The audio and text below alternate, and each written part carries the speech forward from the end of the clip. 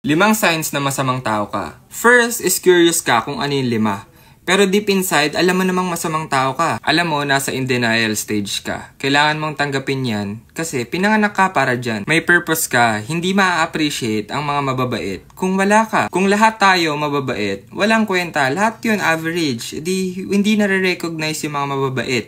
Kaya kailangan tayong pasalamatan kasi kung hindi dahil sa atin, hindi magi-stand out yung ugali nila. Kaya kung masama ka, nantatapak ka ng tao, keep it up. Nagagawa mo yung purpose mo. Kung 4, hindi na natin kailangan talakayin kasi confirm na. Andito ka pa o nakikinig ka pa. Ibig sabihin, sobrang curious ka. So, na-validate na agad yung number 1.